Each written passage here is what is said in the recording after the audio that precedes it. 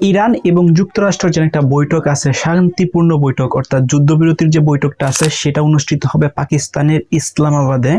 এবং এটাকে ঘিরে কিন্তু প্রচুর নিরাপত্তা বা সিকিউর সিস্টেম চালু করছে, সেটা হচ্ছে ইসলামাবাদ সরকার বা পাকিস্তান সরকার। অর্থাৎ ইরান এবং যুক্তরাষ্ট্র যে যুদ্ধটার একটা শান্তিপূর্ণ হয়েছে যেন 2 সপ্তাহ অর্থাৎ 14 দিনের জন্য, এটার জন্য যেন একটা চুক্তিপত্র বা দুই দেশের যেন একটা বৈঠক আছে, ইরানের কর্মকর্তা এবং হচ্ছে যুক্তরাষ্ট্রের কর্মকর্তা তারা একটা বৈঠকে বসবেন। এবং এই যে ইরান এবং যুক্তরাষ্ট্রের যে যুদ্ধটা আছে সেটা যেন বিরতি হয়েছে 2 সপ্তাহের জন্য, 14 দিনের জন্য, এটার কিন্তু থার্ড পার্সন বা তৃতীয় পক্ষ হিসেবে কাজ করছে হচ্ছে পাকিস্তান। অর্থাৎ পাকিস্তানের মাধ্যমে কিন্তু এই দুই দেশের যে যুদ্ধবিরতিটা সেটা কিন্তু প্রস্তাবটা দেওয়া হয়েছিল এবং অবশেষে কিন্তু ইরানও মানছে এবং যুক্তরাষ্ট্রও মানছে। সো এই দুই দেশে সমন্বিতভাবে মানার পরেই কিন্তু যুদ্ধবিরতিটা হয়েছে। এখন এটার যে আনুষ্ঠানিক একটা বৈঠক, দুই দেশের কর্মকর্তারা বা ইরানের হাই লেভেল যে কর্মকর্তা আছে বা ঊর্ধ্বতন এবং হচ্ছে যুক্তরাষ্ট্রের যে হাই লেভেল কর্মকর্তা আছে বা ঊর্ধ্বতন কর্মকর্তা আছে তারা একসাথে বসবে। এখন এটা কিন্তু ইরান কান্ট্রিতেও বসবে না, যুক্তরাষ্ট্রও বসবে না, কারণ ইরান কিন্তু চাইবে না যে যুক্তরাষ্ট্রে যাইতো, আবার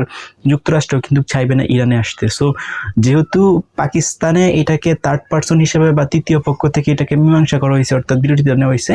সো এই যে একটা বৈঠক, এই বৈঠকটাও কিন্তু হচ্ছে পাকিস্তানে দেওয়া হয়েছে। এখন পাকিস্তানের যে ইসলামাবাদ শহরটা আছে সেখানে কিন্তু মানে এই যে ইরানের কর্মকর্তা এবং হচ্ছে যুক্তরাষ্ট্রের কর্মকর্তা তারা যেন এখানে আসবে, আইসা যেন বৈঠকটা করবে, এটার জন্য যেন একটা নিরাপত্তা বা সিকিউরিটি সেটা মানে কি নেক্সট লেভেলের। অর্থাৎ সেখানে প্রায় 3000-এর মতন সেনাবাহিনী, 3000-এর মতন পুলিশ বা আদার যে গোয়েন্দা সংস্থা আছে 3000-এর মতন টোটাল ওভারঅল ওই শহরটাকে নিরাপত্তা চাদরে গিয়ে দিছে প্রায় 10,000-এর মতন ওই দেশের যে প্রশাসন আছে তারা। সো এখন যেন এই যে একটা সিকিউর সিস্টেম চালু করছে এটা কিন্তু পাকিস্তানের সরকার থেকে এটা করা হয়েছে। এবং আকাশ রক্ষা বা আকাশের যে সিকিউরিটি সেটাও কিন্তু এখানে নিশ্চিত করা হয়েছে, স্থলপথের যে সিকিউরিটি সেটাও কিন্তু এখানে নিশ্চিত করা হয়েছে।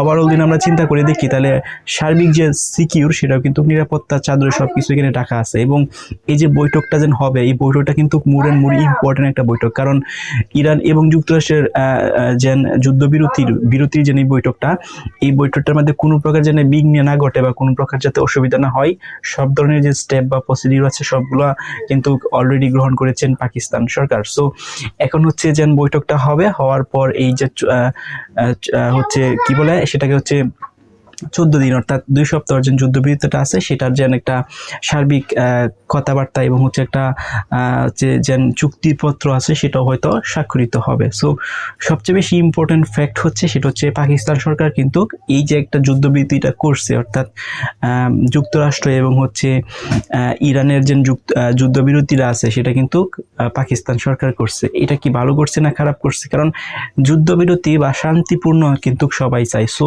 সেদিক থেকে আমরা চিন্তা করে দেখি তাহলে পাকিস্তান সরকার কিন্তু সেটা ভালোই করছে। সো এখন যেহেতু এই বৈঠকটা হচ্ছে এখানে যে তাদেরকে নিরাপত্তা দিচ্ছে, মানে পৃথিবীতে দুদিন মুর সিকিউর কোনো প্রোগ্রাম হয় সেটার মধ্যেও কিন্তু এটা একটা পড়তেছে, কারণ এটা কিন্তু যেন তেন কোনো বৈঠক না, এটা একটা খুবই ইম্পর্টেন্ট বৈঠক। এবং পাকিস্তান সরকার তাদের সর্বোচ্চটুকু দিয়ে চেষ্টা করতেছে এই বৈঠকটা যাতে কোনো প্রকার অসুবিধা না হয়। অর্থাৎ ওই ইসলামাবাদ শহরের যে রাস্তাঘাট আছে সেগুলোকে বন্ধ করে দিছে, আকাশপথ বন্ধ করে দিচ্ছে, স্থলপথ বন্ধ করেছে।